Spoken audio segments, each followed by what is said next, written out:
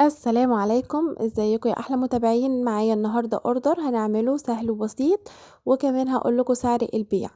انا كان مطلوب مني اوردر تورتايه مقاس 24 نص ونص، فانا خبزت هنا ربع كيلو من الاسبونج البني وربع كيلو من الاسبونج الفانيليا. حطيتهم في نفس الصينيه، انا كنت عملتهم قبل كده معاكم في صينيه مقاس 24.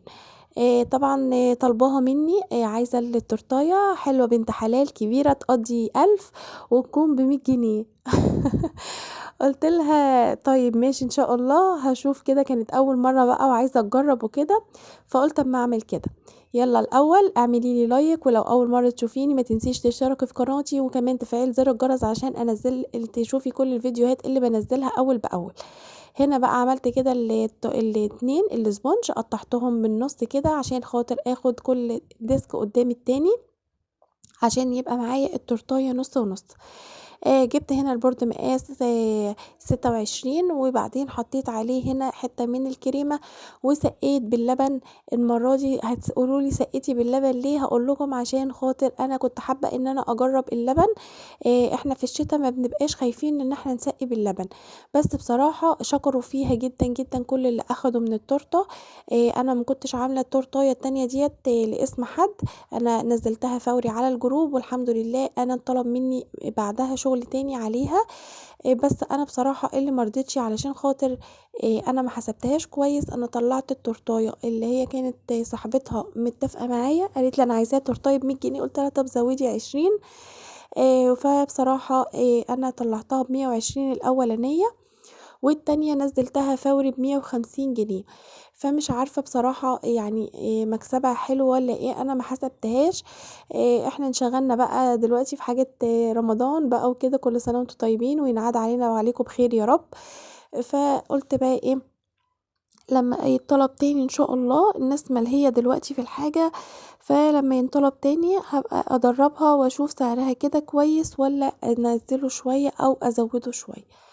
المهم هنا جلستها بالشكل دوت زي ما انتوا شايفين كده. انتوا عارفين ان احنا بنجلس التورتايه، بنحط السكرابر فيه ميه سخنه بتبقى شغاله، علشان خاطر يبقى معانا ملساء وحلوه جدا.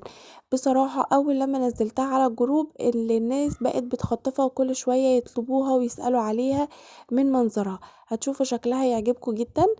سبحان الله، الارزاق دي بتاعت ربنا، الواحد بيبقى عامل. انا قلت والله انا هسيبها لربنا يعني، هاعملها وخلاص. اتباعت ما اتباعتش، العيال موجودة ياكلوها. هنا طلعت الجناش اللي احنا عملناه مع بعض كذا مرة، وبحطه في التلاجة زي ما انتوا عارفين، وبحفظه دلوقتي بقى لان الجو بدأ يحرر، فبحفظه في الفريزر علشان خاطر ما يحمضش معاكي، لان فعلا الجناش بيحمض. بطلع منه على قد المقدار اللي انا عايزاه، وبحطه كده في طاسة او كسرولة او اي حاجة، ويا دوبك على حمام مائي او على نار هادية خالص علشان ما يتحرقش منك. بحاول افككه كده ويبقى معايا اللمعة بتاعته ترجع له، وبيبقى زي الفل زي ما انتوا شايفين. هي كانت طالبة مع ان انا اكتب لها كل سنة وانت طيب معتز لجوزها. عملت كده بالكريمة، خطي معفن طبعا ما تعلقوش. وحطيت هنا الشوكولاتة اللي هي كنت عاملاها في الورق الترانسفير، حطيت اللي هو المربعات ديت، وبقت شكلها معايا حلو جدا. شلتها في التلاجة تشد عبال ما اقفل التورتاية التانية، علشان خاطر عبال ما صاحبتها تيجي تستلمها.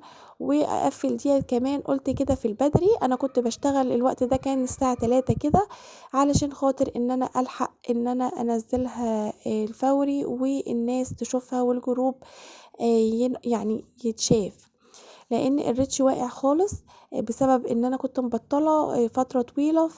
يعني ما بقاش بيظهر لاكتر الناس، بس طبعا كل واحد ربنا كاتب له رزقه بيجيله ان شاء الله يا رب، لو حتى فين في الصين. فاحنا نعمل ونتكل على الله. ونصيحة مني لما تيجوا تعملوا شغل يا ريت تقوموا من بدري، الشغل بتاع بدري ده بيبقى حلو جدا وبتخلصوا. وكمان لو في حاجة انتوا عاملينها فوري بتلحقوا تنزلوها، تاخد وقتها كده على الجروب، وربنا بيرزق وبيبعت لكل واحد على قد تعبه.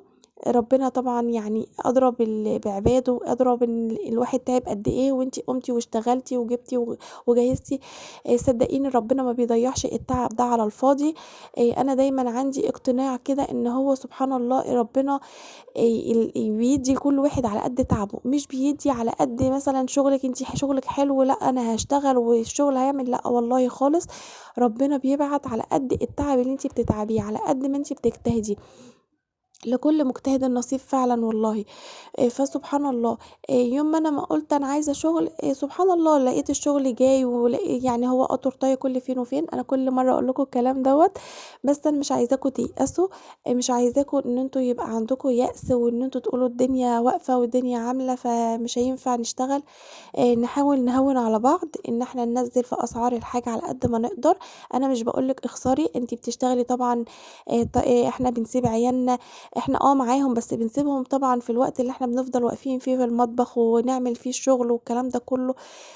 فطبعًا دوّة مش بالساهل وربنا يرزق